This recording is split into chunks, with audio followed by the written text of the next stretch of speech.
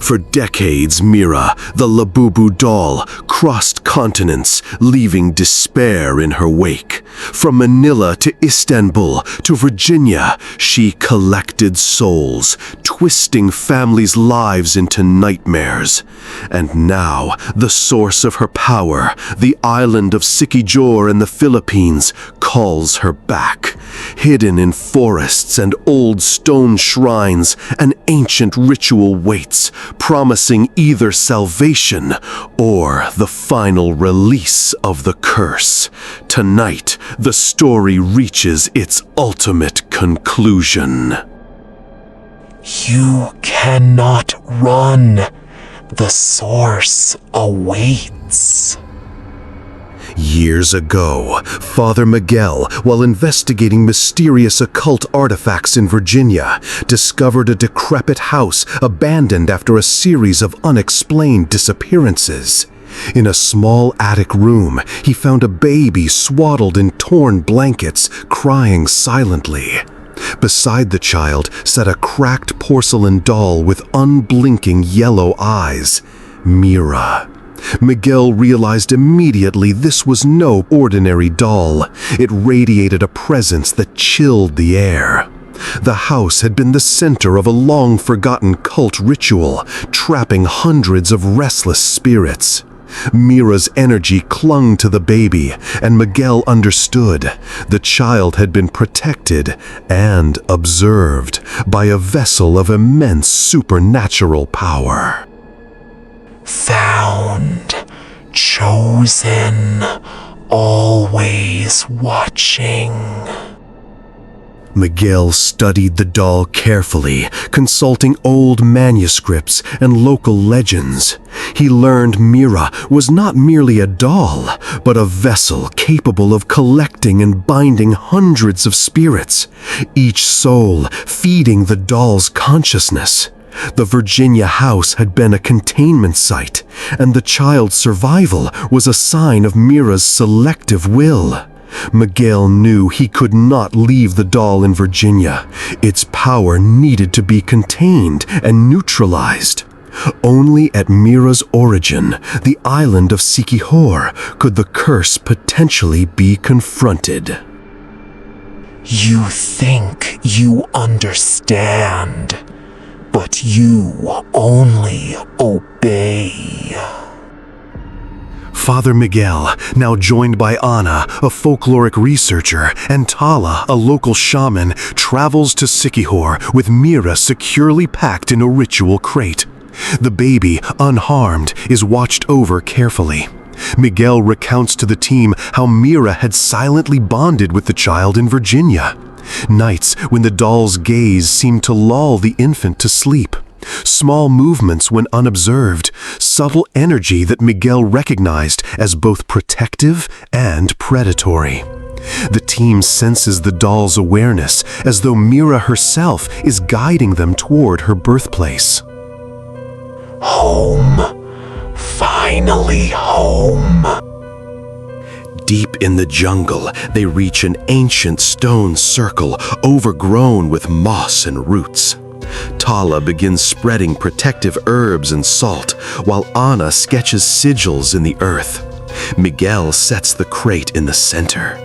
The baby, asleep, stirs as Mira's yellow eyes peer through the crate, pulsing with light.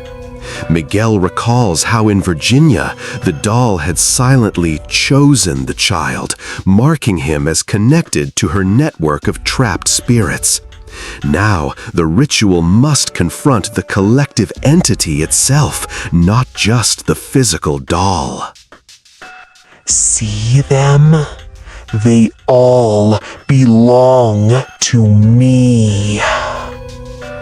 Miguel opens Mira's crate. The doll rises slightly, yellow eyes wide. Shadows stretch from her, forming semi-transparent ghostly faces circling the circle. The team feels an oppressive weight. The spirits within Mira react violently to the ritual's intent. The doll is no longer just porcelain. It is a nucleus of collected souls, observing and judging every motion of the humans around her. claimed, all claimed, as will you. As the lunar eclipse starts, Miguel, Anna, and Tala begin the incantations. Each soul within Mira resists, manifesting as wind, shadows, and spectral forms.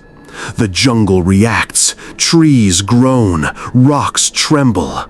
The team struggles to maintain focus as Mira's consciousness radiates outward, probing their minds. Even the baby stirs, sensing the tension in the doll's power. Try. You cannot contain me. Hundreds of ghostly forms rise from Mira, each one a soul trapped over decades. They swirl violently, clawing at the air and at the team's sanity. Anna glimpses the horrors of past victims in their eyes. Even Tala's hands shake as the protective energy strains against the collective power. The baby cries, though no sound escapes as Mira's gaze sweeps over all. They are mine, all mine, as will you be. The ritual reaches its peak as the eclipse darkens the sky. Mira's yellow eyes blaze, reflecting countless trapped souls, each screaming silently. Miguel and Tala chant desperately. Anna traces the final sigils in the dirt, sweat and fear mingling with the humid jungle air. Mira levitates, porcelain limbs twitching unnaturally, shadows stretching like tendrils toward the team. Every attempt to bind her power is met with resistance. The spirits push back, manifesting as gusts of wind, spectral hands, and voices repeating the names of victims from past centuries. The baby stirs again, sensing the immense energy, but remains unharmed, as if protected by Mira herself, though the doll's intent is unknowable. You cannot end me. I am eternity. As the ritual continues, Mira begins to shift. Her porcelain shell cracks and dissolves into a swirling mass of spirits, each one wailing and clawing at the team's senses. She is no longer just a doll. She is the collective consciousness of hundreds of souls, pulsing with energy and intent. Miguel realizes the horrifying truth. Mira was never a single vessel. Every human she touched, every family she haunted, every object she influenced has fed this entity. The ritual can either contain her here on Siquijor, or she will extend beyond the physical, beyond the island, reaching anyone who knows her story. Do you see me now? I am beyond form. I am everywhere. The team completes the final incantation. The vortex collapses. Mira's physical form disappears. Silence falls over the jungle. For a moment, relief, a sense of victory.